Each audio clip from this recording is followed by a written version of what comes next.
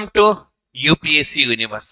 So మనం ఈ సెషన్లో science and technology issues last Wednesday నుంచి ఈ వెన్స్డే వరకు ఉండే శాస్త్ర సాంకేతిక అంశాలని చూద్దాం. సో మొట్టమొదలు మనకు అంతరిక్షానికి సంబంధించింది. సో అంతరిక్షానికి సంబంధించి మనకు ఒక 3 న్యూస్ ఇష్యూస్ ఉన్నాయి. సో అవి చూద్దాం. ఫస్ట్ వచ్చేసి మనకు సెకండ్ జనరేషన్ డిస్ట్రెస్ అలర్ట్ ట్రాన్స్మిటర్ను ఇస్రో విజయవంతంగా అందుబాటులోకి తెచ్చింది. సో ఇక్కడ మనకు సెకండ్ జనరేషన్ అంటున్నాడు, మరి ఫస్ట్ జనరేషన్ కూడా ఉందా అంటే ఉంది. సో ఇప్పుడు మనకు మత్స్యకారులు చేపలు పట్టడం కోసం నది మధ్యలోకి, సముద్ర మధ్యలోకి వెళ్తూ ఉంటారు. సో అలా వెళ్తున్నప్పుడు ఏదైనా వాళ్లకు ప్రమాదం ఉందని భావించినప్పుడు మెసేజ్ సెండ్ చేస్తారనమాట. సో ఆ మెసేజ్ సెండ్ చేసినప్పుడు కేంద్రానికి అందుతుంది ఎగ్జాక్ట్గా వాళ్ళు ఎక్కడున్నారు అని చెప్పి, సో దట్ వాళ్ళను తీర రక్షక దళాలు కానీ బలగాలు కానీ సో రక్షించేందుకు వీలుంటుంది అనమాట. సో ఇప్పుడు నేను చెప్పింది ఫస్ట్ జనరేషన్కు సంబంధించింది, ఫస్ట్ జనరేషన్ అన్నమాట. సో DATSG అనేది so distress alert transmitter first generation సంబంధించిన దాంట్లో ఏముంటుంది, ఎవరైనా మత్స్యకారుడు సముద్రం మధ్యలో నది మధ్యలో చిక్కుకుపోయి ప్రమాదానికి గురైనప్పుడు, ఏదైనా ప్రమాదం రావచ్చు అని భావిస్తున్నప్పుడు తను మెసేజ్ చేస్తాడు, తను ఎక్కడున్నది తెలిసిపోతుంది. ఇది మొదటి తరానిది. మరి second generation, okay, second generation ఇప్పుడు తాజాగా సెకండ్ జనరేషన్ ఏంటి అని అంటే, ఎప్పుడైతే సంబంధిత వ్యక్తి మెసేజ్ పంపిస్తాడో అతనికి మళ్ళీ మెసేజ్ పంపించడానికి వీలవుతుంది అనమాట. అంటే ఏదైనా ఇన్ఫర్మేషన్ ఇవ్వాలి అని అనుకుంటే, మీరు లైక్ ఫర్ ఎగ్జాంపుల్ ప్రమాదం పొంచి ఉంది అని అతను భావిస్తే వీళ్ళు ఇక్కడి నుంచి కమ్యూనికేట్ చేస్తారు. ఎలాంటి ప్రమాదం ఉందని మీరు అనుకుంటున్నారు, అది నిజమా కాదా, స్పష్టంగా వీళ్ళు కమ్యూనికేట్ చేయగలుగుతారు, మెసేజ్ల రూపంలో కమ్యూనికేట్ చేయగలుగుతారు. అంటే గతంలో కేవలం 1 వే కమ్యూనికేషన్ ఉండేది, ఇప్పుడు 2 వే కమ్యూనికేషన్ అనేది పాసిబిలిటీ అవుతుంది. సో దీన్నే మనం ఓకే సెకండ్ జనరేషన్గా చెప్తున్నాం. మరి మనకు ఎగ్జామినేషన్లో ఏమని క్వశ్చన్ రావచ్చు అంటే, DATSG వార్తల్లో ఉంది, ఇది ఏంటి అని, డిస్ట్రెస్ అలర్ట్ ట్రాన్స్మిటర్ అని, రైట్, అంటే ఇబ్బందుల్లో ఉన్నప్పుడు అప్రమత్తం చేసే ఒక సమాచార వ్యవస్థగా చెప్పుకోవచ్చు. నెక్స్ట్ ఈ DATSGలో ఫస్ట్ జనరేషన్కి సెకండ్ జనరేషన్కి మధ్య ఉండే డిఫరెన్స్ ఏంటి అని అడగవచ్చు. 2 జనరేషన్ల మధ్య ఉండే డిఫరెన్స్ మనకు ఫస్ట్ దాంట్లో 1 వే కమ్యూనికేషన్, సెకండ్ దాంట్లో 2 వే కమ్యూనికేషన్ అనేది ఉంటుంది. సో ఇది మనకు మొట్టమొదటి అంశము. అండ్ నెక్స్ట్ మరి మన ఇస్రోకి సంబంధించినది మరొక స్పేస్ అంశం ఉన్నది, అది అయిపోయినాక ఈ జపాన్ దానికి వెళ్దాం. సో చంద్రయాన్ 3 విజయవంతమైన సంగతి మనకు తెలిసిందే. ఈ చంద్రయాన్ 3 మరొకసారి సిగ్నల్స్ పంపించడం స్టార్ట్ చేసింది అనమాట. ఓకే, సో ఈ వారంలో మరొకసారి మనకు దాని నుంచి కాస్త సమాచారం అనేది అందింది. నిజానికి ఇది మనకు బ్యాటరీ అయిపోయింది అని అనుకున్నారు, రైట్. సో కానీ అనూహ్య రీతిలో మరొకసారి కమ్యూనికేషన్ ఓకే ఇవ్వడం స్టార్ట్ చేసింది. మరి చంద్రయాన్ 3ని మనం ఎప్పుడు ప్రయోగించినాము అని అంటే జూలై 13, 2023లో విజయవంతంగా దీన్ని ప్రయోగించినాం. July 14th, okay, July 14th 2023. So మరి జూలై 14th ప్రయోగించిన తర్వాత ఇది ఆగస్టు 23rd 2023న చంద్రుడిపైకి విజయవంతంగా కాలు మోపింది. సో చంద్రుడిపై దక్షిణ ధ్రువంలో మొట్టమొదటిసారిగా కాలును మోపిన దేశంగా భారతదేశం ఒక చరిత్రను సృష్టించింది. ఓవరాల్గా అయితే 4వ దేశం అన్నమాట. సో అమెరికా, USSR, చైనా తర్వాత చంద్రుడిపై కాలు పెట్టిన 4వ దేశంగా, దక్షిణ ధ్రువంపై కాలు మోపిన తొలి దేశంగా రికార్డును క్రియేట్ చేసింది. So Vikram lander, Pragyan rover ఇవి 2 కూడా అక్కడ మనకు విజయవంతమైనవి. ఎగ్జాక్ట్గా ఎక్కడైతే మనకు ల్యాండ్ అయిందో ఓకే ఆ ప్లేస్ను మనం శివశక్తి అని చెప్తున్నాం. సో అదే సమయంలో మనకు పెద్ద ఎత్తున దుమ్ము ఎగిసిపడి స్పేస్ క్రాఫ్ట్ పైన పడింది, ఆ అచ్చు అట్లాగే పడింది అనమాట. దీన్ని ఎజెక్టై హలో అని చెప్పి పేరుతో పిలుస్తున్నారు. సో రెగ్యులర్గా ఇవి మనకి ఎగ్జామ్లో క్వశ్చన్స్ అడుగుతూ ఉంటారు. మరి రైట్. ఇది చంద్రయాన్ 3కి సంబంధించింది. సో మరి smart lander for investigating moon అంటే చంద్రుడిని పరిశీలించేందుకు ఒక చిన్న ల్యాండర్ ని ఏ దేశం ప్రయోగించింది? స్లిమ్ అంటారు, జపాన్ దేశం. దీన్నే మూన్ స్నైపర్ అనే పేరుతో దీన్ని ప్రయోగించినారు. రైట్. సో ఇది విజయవంతం అయింది. సో ఈ జనవరి 2024లో విజయవంతంగా కక్షలోకి అడుగుపెట్టింది. చంద్రుడిపైకి, కక్షలో కాదు చంద్రుడిపైకి అడుగుపెట్టింది. ఈ గంతం దక్కించుకున్న 5వ దేశంగా జపాన్ ఒక చరిత్రను సొంతం చేసుకుందని చెప్పుకోవచ్చు. సో ఇంతకుముందు చెప్పిన అమెరికా, యుఎస్ఎస్ఆర్, చైనా, భారత్ తర్వాత 5వ దేశం ఏది అని అంటే జపాన్ దేశము. అయితే ఇందులో రైట్ ఇది కూడా సౌరశక్తితో పనిచేస్తుంది. అయితే అనుకున్న రీతిలో సౌరశక్తి తో ఛార్జింగ్ అవ్వడం లేదు. అయితే దీన్ని డ్యూరేషన్ తగ్గిపోవచ్చు అని భావిస్తూ ఉన్నారు. ఇటీవలి కాలంలో స్లిమ్ అనే అంశం వార్తల్లో ఉంది. ఈ స్లిమ్ అంటే ఏంటి, లేదనంటే ఏ దేశం దీన్ని ప్రయోగించింది, ఇలాంటి క్వశ్చన్స్ మనకు అడిగే అవకాశం ఉన్నది. రైట్. సో ఈ వారం మనకు స్పేస్ కు సంబంధించిన ఈ అంశాలన్నీ కూడా వార్తల్లో ఉన్నాయి. నెక్స్ట్ రక్షణ రంగానికి సంబంధించినవి, డిఫెన్స్ సెక్టార్. సో ప్రతి సంవత్సరము జనవరి 15న ఆర్మీ డేగా నిర్వహిస్తూ ఉంటాము. రైట్. ఎందుకు అనంటే భారతదేశానికి చెందిన కరియప్ప ఆయన సైన్యాధ్యక్షుడిగా బాధ్యతను స్వీకరించింది ఈ రోజే. అంటే యాక్చువల్గా మనకు అంతకు ముందంతా కూడా బ్రిటిష్ వాళ్ళే సైన్యాధికారులుగా కొనసాగేవారు.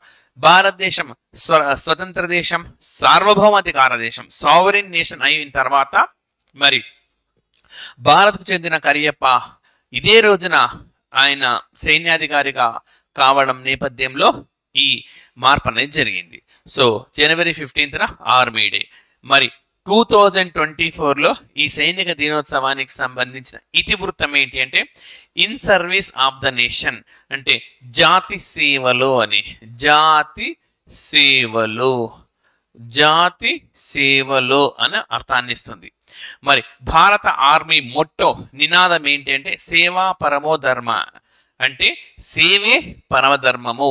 సర్వీస్ బిఫోర్ సెల్ఫ్, అంటే నేను నాకు అనే దానికంటే ముందు సేవే ఉంటుంది. ఏ సేవ? జాతి సేవ. జాతి సేవనే మాకు అత్యంత ప్రాధాన్యం అనే మీనింగ్ ను కన్వే చేసేలా ఉంటుంది. సో భారత సైన్యం, భారతదేశంలో త్రివిధ దళాలు ఉన్నాయి. త్రివిధ దళాలకు అధిపతిగా భారత రాష్ట్రపతి వివరిస్తారు. భారత రాజ్యాంగం ప్రకారం ఆర్టికల్ 53లో ఈ అంశం మనకు ప్రస్తావనలో ఉంటుంది. Right. So army, navy, air force ఈ రోజు మాత్రం మనకు ఆర్మీకి సంబంధించిన రోజుగా చెప్పుకోవచ్చు. రైట్. అండ్ నెక్స్ట్ విపత్తు నిర్వహణ. సో ప్రతి వారం మీకు శాస్త్ర సాంకేతిక అంశాలు, నెక్స్ట్ సెషన్ నుంచి ఇవే సైన్స్ అండ్ టెక్నాలజీలో మిలిటరీ విన్యాసాలు, ఇవన్నీ కూడా యూపీఎస్సీ యూనివర్స్ మీకు అందిస్తుంది. సో ఆస్పిరెంట్స్ అందరికీ మేము చేసే రిక్వెస్ట్ ఒకటే, దయచేసి ఈ వీడియోని లైక్ చేయండి, షేర్ చేయండి. సో మరి విపత్తు నిర్వహణకు సంబంధించిన అంశాలను కూడా అందిస్తాం. సో ఆరోగ్య మైత్రి డిసాస్టర్ మేనేజ్మెంట్ క్యూబ్. సో మీరు ఒక్కసారి ఏం చేయండి అంటే ఆరోగ్య మైత్రి డిసాస్టర్ మేనేజ్మెంట్ క్యూబ్ అని చెప్పి టైప్ చేసి ఇమేజ్ చూడండి. ఇమేజ్ అనేది చూస్తే మీరు ఎప్పటికీ మర్చిపోలేరు అనమాట. ఇదేంటంటే ఒక మాటలో చెప్పాలంటే disaster hospital. Right. Portable hospital అంటే చిన్న హాస్పిటల్. విపత్తు నిర్వహణ హాస్పిటల్ అంటే ఏంటి? ఫర్ ఎగ్జాంపుల్ ఒక చోట ఒక భూకంపం వచ్చింది లేదా తుఫాన్ వచ్చింది, మొత్తం హాస్పిటల్ అక్కడ తీసుకెళ్ళలేం కదా. ఇది మనకు ఒక హాస్పిటల్ లాగా, చిన్న హాస్పిటల్ లాగా అక్కడ తీసుకెళ్ళొచ్చు. 72 క్యూబ్స్ ఉండి ప్రాథమిక చికిత్సతో పాటు ఇతర చికిత్సలు, అత్యవసరమైన చికిత్సలు చేయడం కోసం పూర్తిగా ఇందులో పరికరాలు ఉంటాయి. సో పోర్టబుల్ హాస్పిటల్ అంటారు. హర్యానాలోని గుర్గావ్లో దీన్ని తయారు చేస్తూ ఉన్నారు. మరి ఈ పోర్టబుల్ హాస్పిటల్ అనే సిస్టమ్ ఏదైతే ఉన్నదో మనకు భారతదేశమే ఇతర దేశాల కోసం తయారు చేసింది. మన దేశంలో విపత్తుల సమయంలో ఇతర దేశాల్లో వినియోగిస్తారు. భీష్మ్ అంటారు, Bharat health initiative for Sahyog Hita and మైత్రి. అంటే ఇతరుల నేస్తాన్ని కాంక్షించి, మైత్రిని కాంక్షించి, ఇతరుల హితము, ఇతరుల బాగుండాలని కాంక్షించి భారతదేశం తీసుకుని చేపట్టిన ఒక వైద్యపరమైన చొరవ, ఇనిషియేటివ్ అని అంటాడు. మనకేం అడగొచ్చు క్వశ్చన్, ఆరోగ్య మైత్రి డిసాస్టర్ మేనేజ్మెంట్ క్యూబ్ ఎందులో భాగం? భీష్మలో భాగంగా భారత్ కిందివాన్లో రూపొందించింది ఏంటి అని చెప్పి మనకు అడుగుతారు. సో మరి మోచా అనే తుఫాను వచ్చినప్పుడు ఆల్రెడీ మనం మయన్మార్కి వీటిని అందించాం. మయన్మార్ 2023లో వచ్చిన తుఫాను మోచా, ఈ తుఫాన్ సంభవించినప్పుడు ఈ ఆరోగ్య మైత్రి క్యూబ్స్ ద్వారానే చైనాకు ఆదుకున్నాం అనమాట. మరి అప్పుడు భారత్ చేపట్టిన ఆపరేషన్ ఏంటంటే ఆపరేషన్ కరుణాను చేపట్టి ఆ దేశాన్ని భారత్ ఆదుకుంది అని చెప్పొచ్చు. ఈ విధంగా మనకు విపత్తు నిర్వహణ సమయంలో ఉపయోగపడే వ్యవస్థ ఇది, రైట్. అండ్ నెక్స్ట్ పర్యావరణానికి సంబంధించిన అంశాలు. సో తమిళనాడులో 356.50 హెక్టార్స్ మేర మనకు సెన్నా స్పెక్టబిలిస్ అనే ఒక వృక్షానికి చెందిన జాతిని పూర్తిగా తొలగించినారు. కారణం ఏంటి అని అంటే ఇది జీవ వైవిధ్యానికి హాని కలిగిస్తూ ఉంది. సో కొన్ని చెట్లు అట్లాంటి హాని కలిగిస్తూ ఉంటాయి. ఇటీవలి కాలంలో తెలంగాణ రాష్ట్రంలో, గుజరాత్ రాష్ట్రంలో కూడా ఒక రకమైన చెట్లు మడ అడవులు ఉన్న చోట పెరుగుతాయి. మడ అడవులు అని అంటే మనకు సముద్రం భూమి కలిసే చోట అక్కడ పెరుగుతాయి. అలాంటి వాటిని మనకు తెలంగాణ రాష్ట్రంలో సముద్రమే లేదు, ఇక్కడ పెంచారు. కానీ పర్యావరణానికి హాని కలిగిస్తాయని తెలియజేయడంతో వాటిని తీసేశారు. లేదంటే గుజరాత్లో కూడా తీరం ఉండే ప్రాంతాల్లో కాకుండా తీరానికి దూరంగా ఉండే ప్రాంతాల్లో కూడా వీటిని అందుబాటులోకి తెచ్చారు. కానీ పర్యావరణానికి కీడు చేస్తాయని చెప్తే తీసేశారు. ఇవి అంతే అన్నమాట. మరి ఇది ఎక్కడ జీవ వైవిధ్యానికి ఇబ్బందికరం అంటే సత్యమంగళం టైగర్ రిజర్వ్ అన్నమాట. తమిళనాడు రాష్ట్రంలో ఉంది. సో ఆ టైగర్ రిజర్వ్ కు ఇది ఇబ్బందికరంగా పరిణమించిన నేపథ్యంలో వీటిని పూర్తిగా తొలగించారు.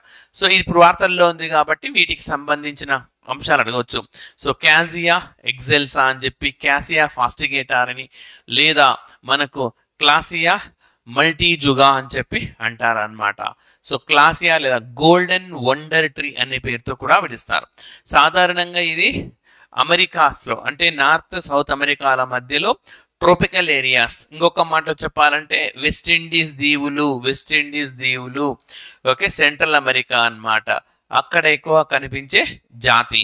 సో ట్రోపికల్ ఏరియా అంటే భూమధ్య రేఖకి అటు ఇటుగా 5 డిగ్రీలు అనుకోండి అటుగా పెరిగే జాతి అన్నమాట ఇది, రైట్.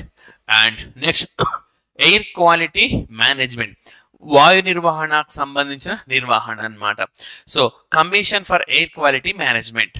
సో ఈ వ్యవస్థ మరి ఎన్జిటికి ఒక ప్రణాళికను అందించింది. ఎన్జిటి అంటే ఏంటి? మనకు నేషనల్ గ్రీన్ ట్రిబ్యునల్, దీన్ని మనం జాతీయ హరిత ట్రిబ్యునల్ అంటాం. జాతీయ హరిత ట్రిబ్యునల్ అంటాం. సో జాతీయ హరిత ట్రిబ్యునల్ అనేది మనకు ఇది 2010లో ఏర్పాటైన వ్యవస్థ. భారత రాజ్యాంగంలోని ఆర్టికల్ 21ని అమలు చేయడం కోసం ఈ వ్యవస్థను ఏర్పాటు చేసినారు. అండ్ ఈ నేషనల్ గ్రీన్ ట్రిబ్యునల్ ఈ తరహా వ్యవస్థను ఏర్పాటు చేసిన మూడవ దేశం ఏది అంటే భారతదేశం. మరి తొలి దేశం ఏది అంటే ఆస్ట్రేలియా, రెండవ దేశం ఏది అంటే న్యూజిలాండ్ దేశం. మరి నేషనల్ గ్రీన్ ట్రిబ్యునల్లో ఎంతమంది ఉంటారు అంటే 20 మంది ఉంటారు. ఇందులో 10 మందికి తక్కువ కాకుండా పర్యావరణవేత్తలు, 10 మందికి తక్కువ కాకుండా న్యాయమూర్తులు ఉంటారు. సో ఈ విధంగా ఉండే ఈ వ్యవస్థకు national commission for air quality management, వాయు నిర్వహణ వ్యవస్థ వాళ్ళు కమిషన్ ఒక నివేదిక సమర్పించింది, ఏ విధంగా వాయు నాణ్యాన్ని ఇంప్రూవ్ చేయబోతున్నాము అని చెప్పి. సో మరి దేనికి సంబంధించి నిర్ణయించింది అంటే నేషనల్ క్యాపిటల్ రీజియన్, జాతీయ రాజధాని ప్రాంతం ఢిల్లీ అన్నమాట. ఎందుకనంటే అక్కడ విపరీతమైన పొల్యూషన్ అనేది చూసాం. ఈ ప్రపంచంలో అత్యంత పొల్యూషన్ లేదా లో ఎయిర్ క్వాలిటీ ఉండే నగరాల్లో ఢిల్లీ కూడా ఉంటుంది. ఈ ప్రపంచంలో స్విట్జర్లాండ్ ఇచ్చిన నివేదిక ప్రకారం, స్విట్జర్లాండ్లోని ఒక స్వచ్ఛంద సంస్థ ఇచ్చిన నివేదిక ప్రకారం ప్రపంచంలోనే మనకు అత్యంత పొల్యూటెడ్ నగరం లాహోర్ అయితే టాప్ 10లో ఢిల్లీ కూడా ఉన్నది, రైట్. మరి వీళ్ళు యాక్షన్ ప్లాన్ అనేది ఇచ్చారు. ఈ యాక్షన్ ప్లాన్ లో ఏమేమి ఉన్నాయనంటే సో రెడ్యూసింగ్ ఇండస్ట్రియల్ పొల్యూషన్ అని చెప్పింది. అంటే పరిశ్రమల ద్వారా జరిగే కాలుష్యం ఏదైతే ఉన్నదో దాన్ని తగ్గించాలి. సో ఏ విధంగా తగ్గించాలి? పరిశ్రమలు అయితే ముయ్యలేం కదా, కానీ ఏం చేయాలంటే పరిశ్రమలలో కాలుష్య కారకాలు చాలా విడుదలవుతున్నాయి. కొంత ఇన్వెస్ట్మెంట్ చేయడం ద్వారా వీటిని తగ్గించవచ్చు. వాడిన పరికరాలను పదే పదే వాడుతూ ఉండడం ఇలాంటివి వల్ల ఎక్కువగా పెరుగుతూ ఉంది. అలాంటివి సంస్థలు తగ్గించేలా చేయాలి. Next, కర్టైలింగ్ air pollution from diesel generations. So diesel వాహనాలను పూర్తిగా నిలిపివేయడం కానీ, లేదా డీజిల్ వాహనాలు ఢిల్లీలో క్యాపిటల్ రీజియన్లో ఎంట్రీ కాకుండా కానీ చూడడం ద్వారా మనం ఇది సాధించవచ్చు. ఎట్ ద సేమ్ టైం ప్రజలను కూడా అవేర్నెస్ తీసుకొచ్చి సాధ్యమైనంత మేరకు పబ్లిక్ ట్రాన్స్పోర్ట్ని యూజ్ చేసుకునేలా ప్రోత్సహించడం. And tackling emissions from thermal power plants and మనకు బొగ్గు ఆధారిత ఏర్పడిన విద్యుత్ ప్లాంట్ల ద్వారా కూడా పెద్ద ఎత్తున వస్తున్న నేపథ్యంలో దీన్ని కూడా దృష్టిలో పెట్టుకొని ప్రత్యామ్నాయ విద్యుత్ వనరుల వైపు అన్వేషించాలి అని చెప్పింది. రైట్. అండ్ అన్నిటినీ మించి మనకు ఈ అంశం చేస్తున్నప్పుడు మనకు ఇటీవల కాలంలో పూసా వాళ్ళు కొత్త 2090 పేరుతో కొత్త బియ్యపు రకాన్ని కూడా ఇచ్చారు.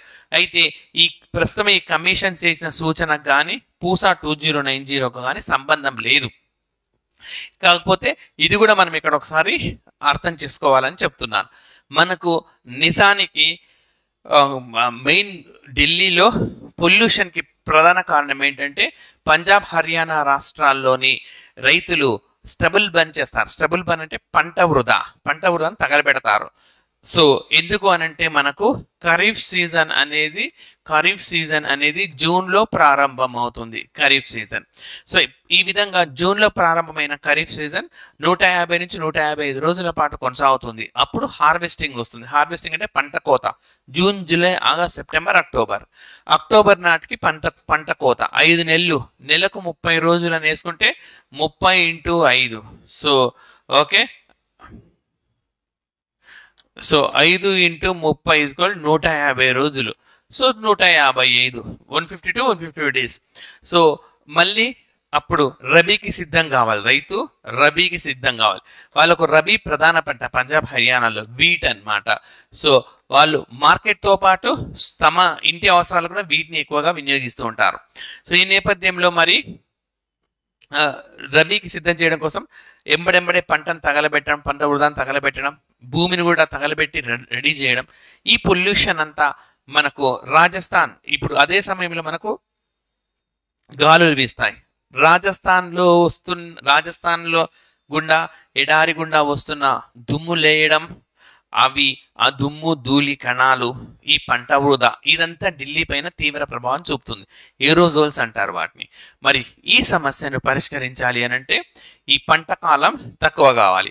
అందుకే పూసా 2090 డెవలప్ చేశారు. సో ఇది కేవలం 120 నుంచి 125 రోజుల్లోనే పంట అనేది చేతికి వస్తుంది. 120 to 125 డేస్ చాలు. సో కాబట్టి రైతులకు మరొక 4 రోజులు అదనంగా లభిస్తుంది అన్నమాట. సో ఓకే, దీనివల్ల వాళ్ళు పంట తగలబెట్టాల్సిన అవసరం ఉండదు. ఆ విధంగా కూడా ఎయిర్ క్వాలిటీ అనేది మనకు బాగుంటుంది. మనకు క్వశ్చన్ ఇది మెయిన్స్ లాంటి ఎగ్జామినేషన్స్ లో కూడా రావచ్చు. ఢిల్లీలో వాయు నాణ్యతకు సంబంధించి ఏమేమి చర్యలు తీసుకోవాలి. సో తీసుకున్నారు అనే దగ్గర ఇది రాయాల్సి ఉంటుంది.